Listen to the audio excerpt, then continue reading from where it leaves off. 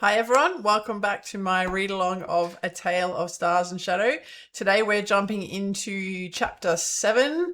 It's a long chapter, so let's get into it. And if my throat gets a little bit dry, please do forgive me. All right, I'm pretty excited about this one. Talyn was up and dressed when Ravanier appeared at her door early the next morning. Sleep had been hard to come by. That wasn't unusual. Often she woke, screaming from nightmares. But the uncertainty of what the day would bring had only added to her restless night. Her instinct was to ignore the strangeness around her and focus on her job, protecting the prince and learning more about this Shadowhawk figure. Achieving either of those things was going to be hard enough, and there were no guarantees she'd get there. But enough of her Callan instincts remained that it was hard to ignore the oddness, not only of Mithranar, but of the circumstances of her being here. A secret Dumnoric's prince, a King's Shield Guard being used to do Callan work, a Mithranan commander so opposed to having his own soldiers form Prince Cuin's detail that he wanted her to train criminals instead. Maybe it's not him, Sari suggested. Maybe it's what he's been ordered to do.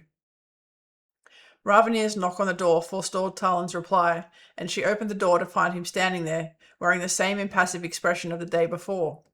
"I'll take you to the wing," he said brusquely. "You're on your own from there." "Yes, sir," she said, falling into step as he strode away, again expecting her to follow. If Ravanier was representative of winged folk in general, they certainly seemed an arrogant lot. "Your wing's assigned barracks are adjacent to a drill yard, and there's only one entrance by foot to the area. Keep in mind, any of the winged folk can enter from higher or lower levels at any time," which made the barracks essentially unguardable. She put the thought aside for the moment, asking a question that had been playing on her mind all night after her rather frosty reception. "How does the prince feel about me being here, sir?" "That's something you'll need to discuss with him." "And his feelings on having a protective detail made up of humans, led by a human woman? If this prince was anything like Ravanier or the other winged folk she briefly met, he'd likely treat the idea as a joke at best, an outright insult at worst. That would make protecting him properly difficult. A King's Shield Guard needed to build a rapport, a trust with their charge. That wouldn't happen if he didn't respect her. Although if he had Dumnoric's blood, it might make him more amenable to her, even if he didn't understand why. Except from what Sienna said, you likely only share a great-great-grandmother or grandfather," Sari commented. "He might not notice at all." "Humans or winged folk, you won't be able to do much with only 5 warriors," Ravanier said pointedly. Talyn bit her lip. Complaining wasn't her style. She told herself this was no different than the way Callan apprentices were treated when they first started, or new King's Shield Guards for that matter. She was a warrior. It was her job to take orders, no matter how high-handedly they were delivered. Besides, once she'd spent longer here and learned more of Mithranan culture, things might start to make more sense. Ravanier said no more as they followed the long corridor away from Talyn's room that turned into an open walkway. He stopped by a ladder leading down and gestured for her to go first. At the bottom, another open walkway led to a marble arch with a wrought iron gate set into it. High marble walls ran to the left and right of the gate. "Beyond are your wings barracks. The key I gave you to your room will open this gate. Your training yard is fully equipped. If there is anything additional you need, please send a request through to me." "Yes, sir," she added an extra note of Christmas to her voice. Ravanier hesitated. "As I told you yesterday, most here don't believe there is a need for Prince Cuin to have his own guard, including, I warn you, the prince himself. He will never inherit the throne, and as such is safe from the more obvious threats." The words were suddenly falling out of Ravanier's mouth, and she pushed at the opening, trying to wring as much information as possible from him. "And what are the less obvious threats, sir? If I am to be responsible for protecting him, I need to know that." The Falcon's face closed over. "There is nothing definitive that I can tell you, Captain Dynan. When and if I get information, be assured that I will pass it to you." "I'm a King's Shield Guard, not a captain," she said sharply, reacting to his sudden reserve. "You're in charge of a wing guard wing. That makes you a captain here. I'll come and find you later when it's time to introduce you to the prince." With that, he was gone, spreading his wings and leaping into the air. Talyn put the key into the lock and turned it. The gate opened with a squeal of rusted metal, and she went through, closing it behind her. The sun was warm on her skin as she headed along the narrow walkway. Despite the early hour, the humidity had her sweating already, like she was walking through a bowl of hot steam. The precipitous drop on either side looked down over a lower level of the citadel, and beyond, only green canopy. She paused to watch as 3 winged folk swept through the air below her, colourful wings glittering as they turned mid-air and dropped down onto an open balcony. Musical laughter drifted up on a slight breeze, fading as they disappeared inside. Imagine being able to fly like that. A hint of yearning threaded Sari's voice. Talyn huffed a breath and kept walking. If I'd wanted to fly, I would have become a skyrider instead of a Callanan warrior. The path ended on the western edge of a rectangular stone courtyard. Leaves and other debris covered the paved surface, and the walls of the building lining the northern side of the platform were unpainted and bare. The other edge, directly ahead of Talyn and to the south, looked out over a precipitous drop. They were miles higher in the air, a carpet of trees far below.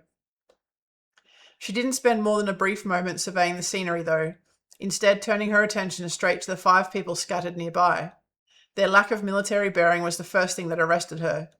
They sat slumped, sprawled, or halfway asleep in various spots that couldn't have been farther from each other if they'd made a deliberate effort to stay distant, which they probably had. Sari's laughter tinkled in her head. A smile rose to her face in the instant before she realized Sari wasn't actually there. Talyn was alone in the empty yard.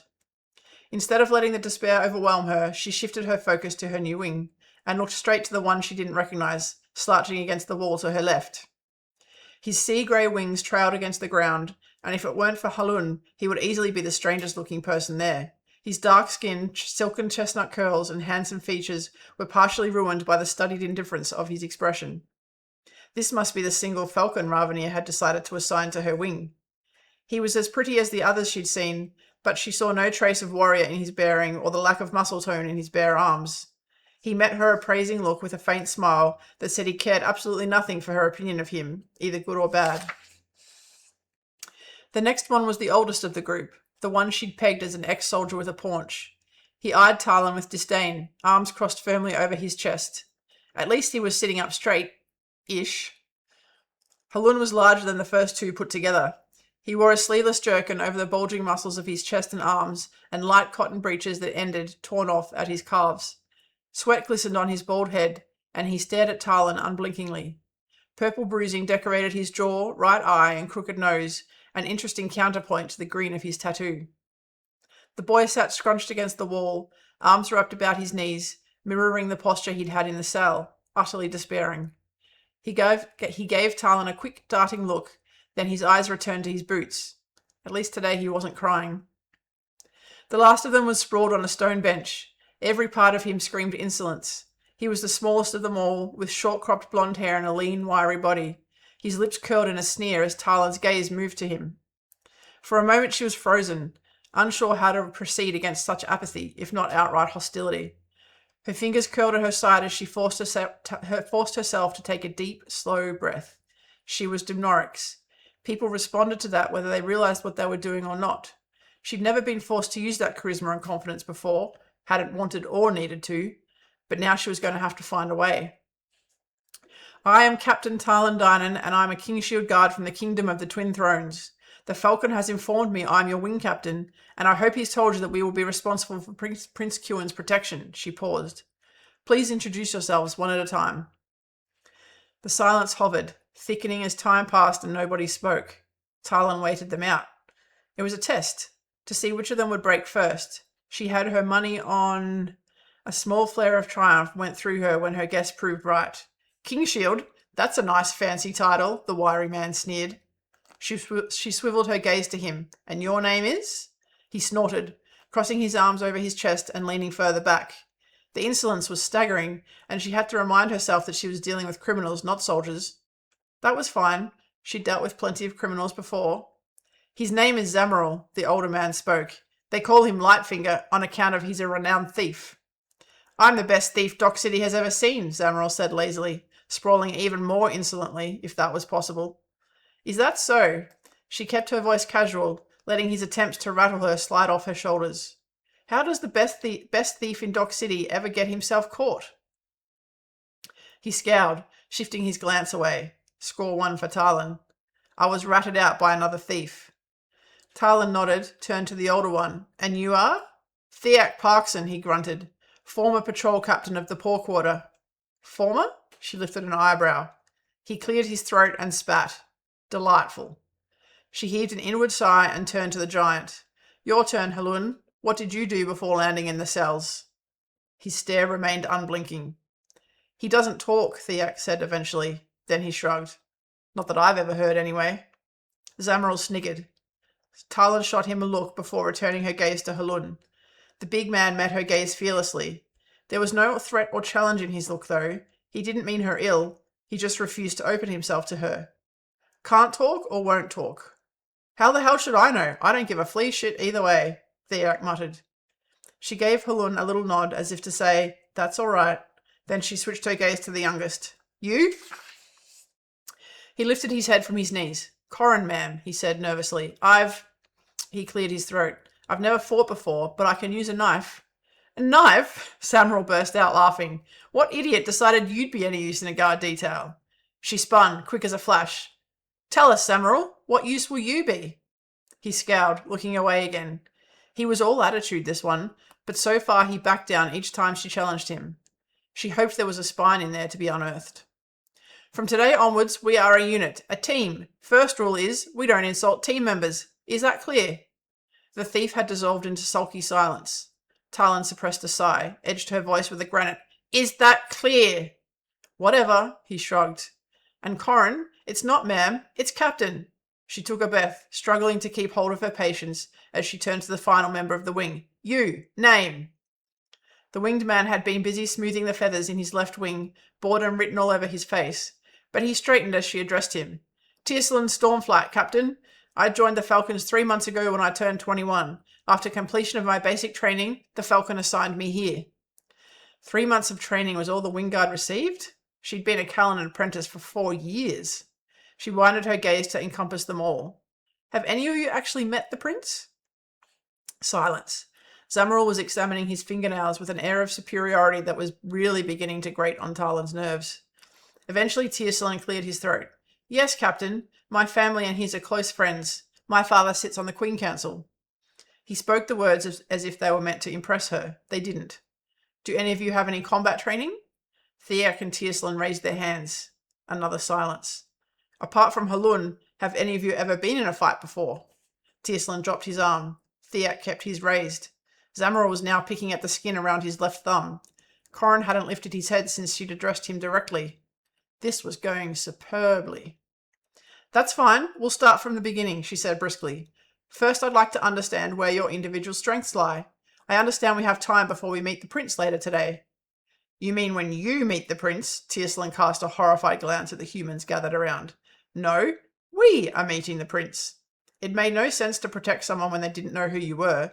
The Dumnorix family knew each member of their guard personally. Delightful, Zamaril smirked. I can see it now. Good afternoon, Your Highness. I am Zamaril Lightfinger, the thief who has plagued your city for the past 10 years. Your life is now in my hands. We're just pathetic humans, Theac glowered. We don't go anywhere near the royal family. Zamaril sat up quick as lightning, genuine anger rippling across his face as he regarded Theac. Speak for yourself, old man, he spat. Who are you calling old? Theac barked, half rising from his seat. Knock it off, Talyn snapped. One more insulting word out of any of you and you can go right back to the cells where I found you. Theac ignored her, shouldering his way past and barreling down on the thief.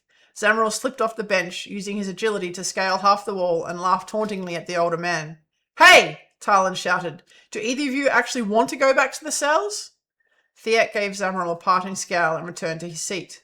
Zamaril dropped off the wall and resumed his languid sprawl on the bench. Corrin hadn't said anything. Halun continued to stare. Tiercelin looked amused, like he'd just witnessed a pair of dogs fighting in the street.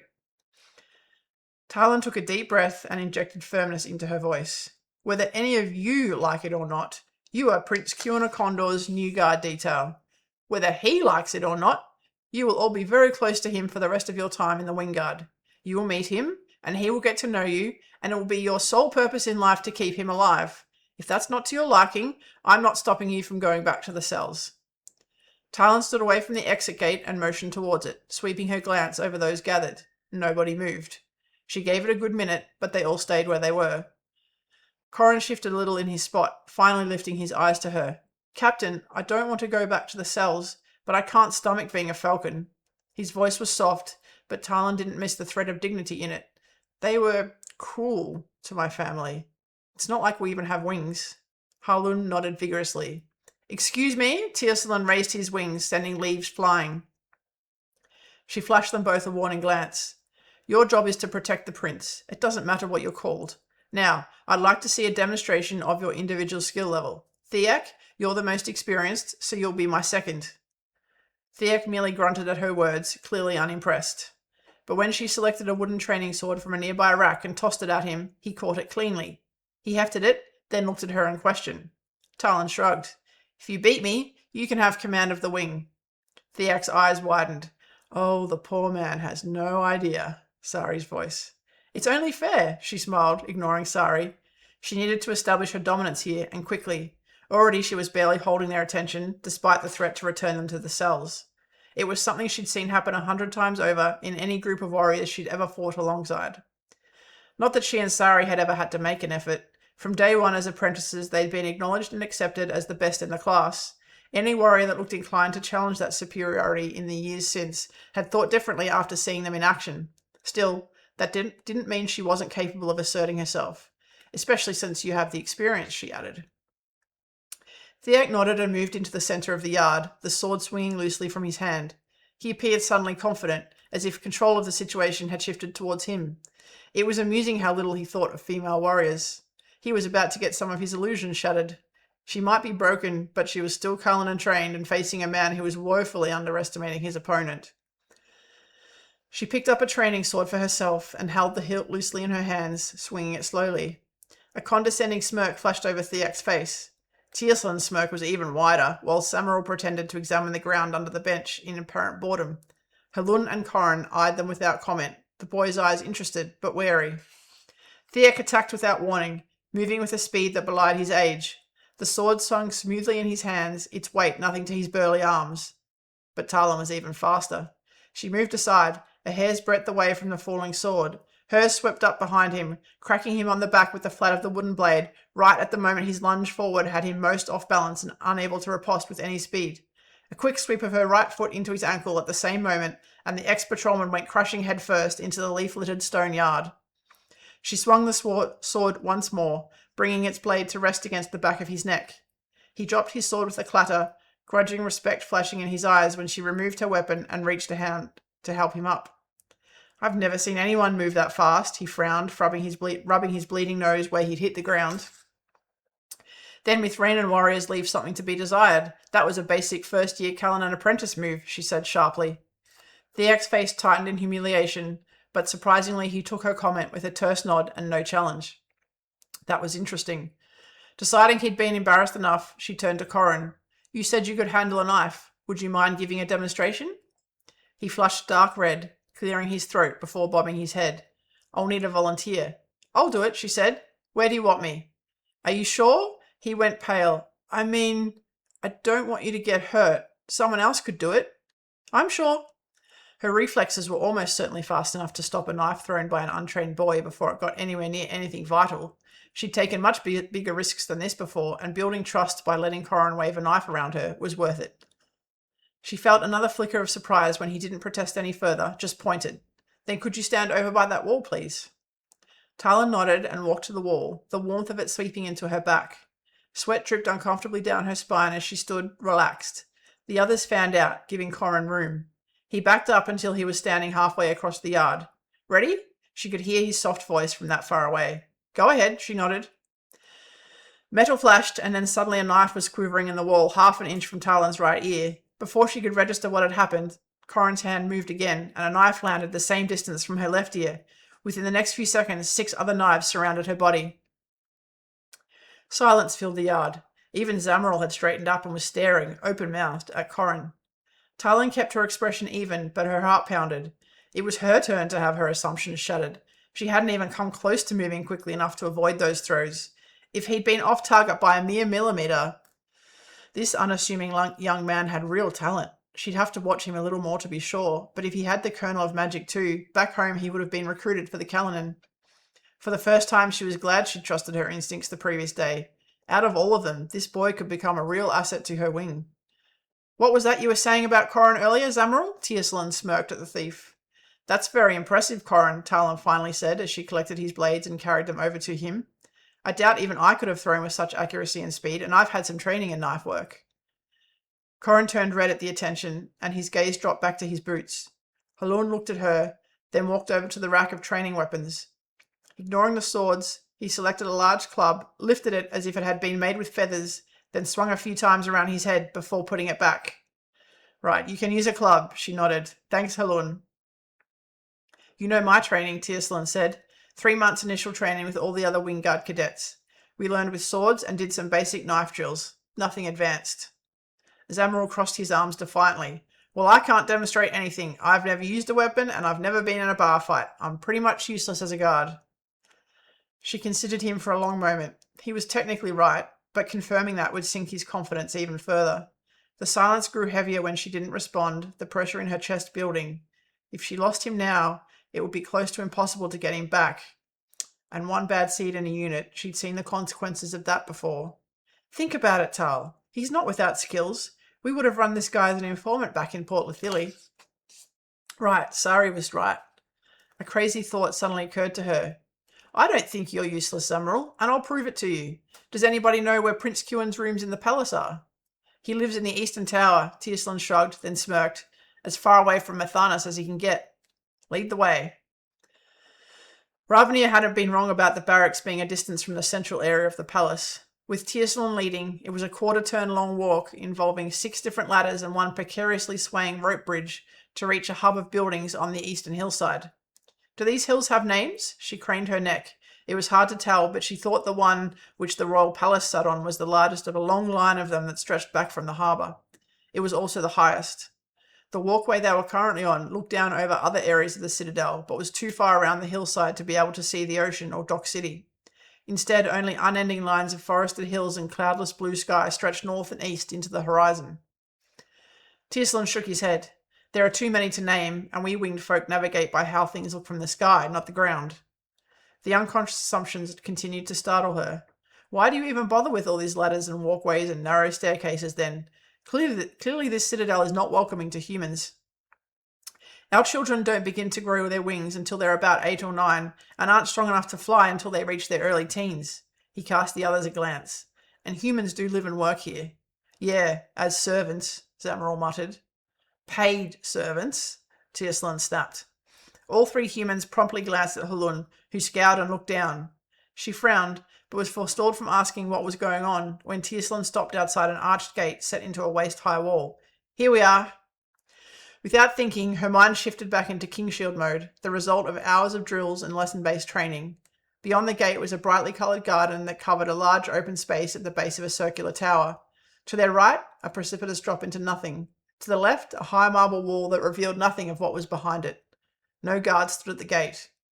This isn't the main entrance, Tiercelin explained, but the garden beyond is part of the tower grounds. Where is the main entrance? She asked. He pointed upwards. From where they stood, the tower looked like it was suspended into open air. A graceful bridge spanned the gap between what she judged was the second floor of the tower and the nearest cluster of buildings set closer to the hillside. Those buildings the bridge leads to? Those are part of the palace proper, Tiercelin explained. This is the eastern slope. The Queen's rooms are on the northern slope, along with the other princes. It was lovely, like everything else in the home of the winged folk. It was also isolated, and if it was separated from the rest of the family's quarters, it was also separated from the security of their wingguard details. Her eyes dropped back to the gate. It's not locked, is it? No, Captain. Are there guards on the main door, or at least the entry to the bridge? Usually, Tiercelin shot her a sheepish look, then sighed. Not always. Not really anymore. Talyn frowned. Her confusion only deepened the more she learned about how things worked in Mithranar. She'd been invited here, ostensibly by the Queen, in a formal capacity, even if Ravnia seemed opposed to the whole idea. Yet it was equally clear that nobody much cared about the youngest prince's safety, to the point Ravnia thought it okay to have criminals drafted into his guard unit. Unless it was true that he genuinely believed criminals were a safer option than wingguard soldiers, in which case she was entirely at a loss as to how that could be. Maybe we're talking competing interests. One party seeking to protect the prince, one seeking to harm him, Sari's voice whispered in her mind. Perhaps. But if a person or persons out there wanted to harm Kewin, they clearly had an opportunity to do so already. So what had changed to warrant this request for her presence? And which side did Ravnia fall on? Ravnia seems sincere to me. Terse, rude even, but sincere. Maybe, but the fact he wouldn't tell me what's really going on doesn't count in his favour. Maybe he doesn't know. Captain? Corrin's quiet voice broke her from her thoughts. He's rarely in there during the day anyway. Tiercelin seemed to think her drifting off was annoyance at the lack of guards. She didn't correct him. Then where is he? The winged man shrugged. Playing a layer sometimes, eating and drinking with his friends, just normal stuff. Zamaril smirked. Yes, Captain, it's very important we keep the pretty winged prince alive. He's critical to the well-being of Mithrena, what with all the women and the partying. She turned an inquiring look on Tiercelin, but he just shrugged again, eyes dropping to the ground as he mumbled, He likes to have fun, that's all. Nothing wrong with that. No, nothing wrong with that while half the poor quarter is starving, Theac barked. Captain, are we going or what? It's damnably hot out here. Halun pushed past them before she could respond, opening the gate and striding through. Tiercelin was immediately behind him, clearly looking to escape her questioning look. Talyn waited for the rest to go inside before following. The grass inside the picturesque garden was a vivid green, and brightly coloured flowers adorned the bushes lining the walls. At the northern end of the garden stood the tower, reaching up about 4 stories high. The waist-high wall encircled the garden, closing it in and around the tower, so it could only be accessed by the door set into the base of the tower and the gate they'd just come through. She had to jump back quickly when Tiercelin suddenly stretched out his wings in front of her, reminding her sharply that any winged person could just fly in. Zamaril, Talyn looked at the thief. If there was something in Prince Kieran's bedroom that you wanted to steal, could you get in there? Of course, Zamaril said confidently. Do it. What? His cocky facade dropped as he stared at her. We're supposed to protect Prince Kieran. That means learning how an adversary might get access to his rooms and closing off any vulnerabilities. It had been a spur-of-the-moment idea to try and build rapport with Zamaril, but she was liking the possibilities more and more. Who better to probe potential vulnerabilities than a skilled thief? Suspicion clouded his face. How do I know you're not just trying to trap me into doing something that will get me thrown back in jail? You don't have a lot of experience with trust, do you, Zamaril? His face hardened. Trust gets you killed. If I wanted you in jail, I would never have pulled you out in the first place. I told you I wanted your expertise, and I meant it. Show us how you get in there. After another brief hesitation, Zamaril looked at Tiercelin. Which floor's the bedroom? 3rd, I think, Tiercelin replied, looking highly amused by the idea of Zamaril trying to break in. Zamaril shrugged, then walked to the door at the base of the tower and turned the handle. It swung open without protest, and the thief sent a challenging look at Talyn. I'd walk up the stairs, grab what I wanted, and stroll back out the unlocked door. Probably whistle while I'm at it too, since there seems to be nobody around. She stifled the smile that wanted to emerge and merely lifted an eyebrow instead. Pretend it's locked and barred and you can't get through. Fine. He closed the door, then stepped out onto the grass, eyes scanning their surroundings. Within a minute, he was crossing to a tree on the edge of the garden, and in one quick movement, he gripped a low-hanging branch and hauled himself up. He climbed like a cat, quickly and without fear. Soon he was balanced on a swaying branch a good few metres below a 3rd-floor windowsill. Then, with a flash of elite balance and agility, he leaped upwards to grab the sill and swing himself onto it. If she'd been alone, Talyn's mouth would have dropped open in astonishment. What were the odds of coming across 2 men with Callinan potential inside her first 2 days in Mithrena, and both in the same jail cell? That wasn't a coincidence. She was beginning to feel like a puppet in someone else's game, and if she wasn't mistaken, there was more than one game being played here. A grunt of surprise from Theac broke her from her thoughts, and she refocused on Zamaril as he pulled something from his pocket and worked on the window. It swung open, and then he was inside. Talyn and the others waited, staring fixedly up at the window. Several minutes passed, and then he reappeared at the sill, clutching something in his hands. Captain Dynan? She spun, as Ravnia dropped lightly into the garden behind them. He had an inquiring expression on his face that hardened to suspicion when he saw Zamaril perched on the prince's window ledge. Sir, she saluted respectfully. Only Tiercelin followed suit. The others stared sullenly at the ground. May I ask what you're doing? Ravnia's gaze remained on Zamaril, who had leaped back to the tree and was now shimmying quickly down it. I asked Zamaril to demonstrate how easy it would be for someone to obtain entrance to the prince's quarters, she said. Ravnia's stern look shifted to her. And what is he carrying? She kept her voice casual, light, resisting the urge to fidget under that gaze. Zamaril was bragging about his skills, and I dared him to accomplish the climb while holding something in his hands. He looked at her a long moment, then nodded and stepped back. Prince Kieran has some time to meet with you later this afternoon. If you will all please wait back at your barracks, I will send a falcon to take you to him when he's ready. Yes, sir. Ravnia cast a suspicious look over the men behind her, then spread his wings and leapt into the air. Talyn turned to Zamaril, who had dropped to the ground, a smirk curling his lips. Tiercelin was stiff with affront, but at least he hadn't opened his mouth. "What did you take?" she snapped. Shrugging insolently, the young man handed her a gold wrist chain. "Prince Kewin's, I presume?" Zamaril nodded, insolence in every line of his body. "You!" Tiercelin gaped at Zamaril, seemingly lost for words, then turned accusing eyes on her. "You lied to the Falcon." "I did, because I meant it when I said I didn't want to see Zamaril back in the cells." She looked directly at the thief and tossed the chain back to him. "Put that back instantly, and if I catch you stealing from your prince again, Ravnia won't have the opportunity to kick you out, because I'll do it first. Am I clear?" He snorted, took the chain and headed for the unlocked tower door. She let his attitude go, for now. Once he returned, Talyn waved them all back out the gate. "First rule is never insult your wingmates. Second rule, always keep a clean barracks. Come on, let's go." And that is the end of chapter 7. Oh, that was a long one. I'm going to go have a sip of water and then I will jump into author commentary for this chapter. As always, there will be spoilers in that, so this is your time to jump out if you haven't read this before and you don't want to be spoiled on future information. If you are jumping out here, please consider liking and subscribing. That really helps me out. And I look forward to welcoming you back for the next chapter. Otherwise, hold tight and let's jump into some author commentary.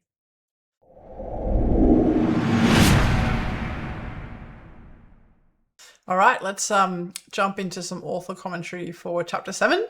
Last chance to pop out if you don't want any spoilers. Oh, I just had a few sips of water, so I think I'm good to go.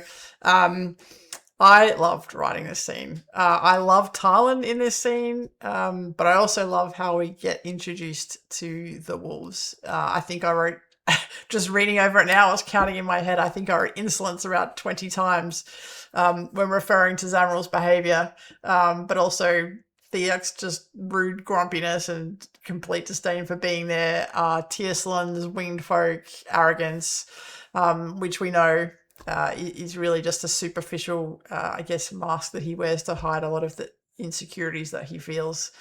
Corrin, who's just this quiet, introverted, but extremely capable with a knife, and poor Halun, who is just shielded, doesn't want to talk and hasn't spoken for some time. And I just love in that moment that Talyn just looks at him and is like, you know, that's okay. You take your time. Because as much of the fact that she hasn't had any leadership experience, she's an instinctive leader. She manages that scene, manages her own impatience, her own frustration. She manages them, finding that perfect balance, I think, between letting them run and then pulling them up when she needs to. Just a really fun scene to write all around. I'd probably say this particular scene, that first one with Talyn in the yard meeting the wolves for the first time, was probably one of my favourite scenes in the book to write. Just the interplay, the dialogue. I love writing kind of spicy dialogue between characters, and that was a huge amount of fun.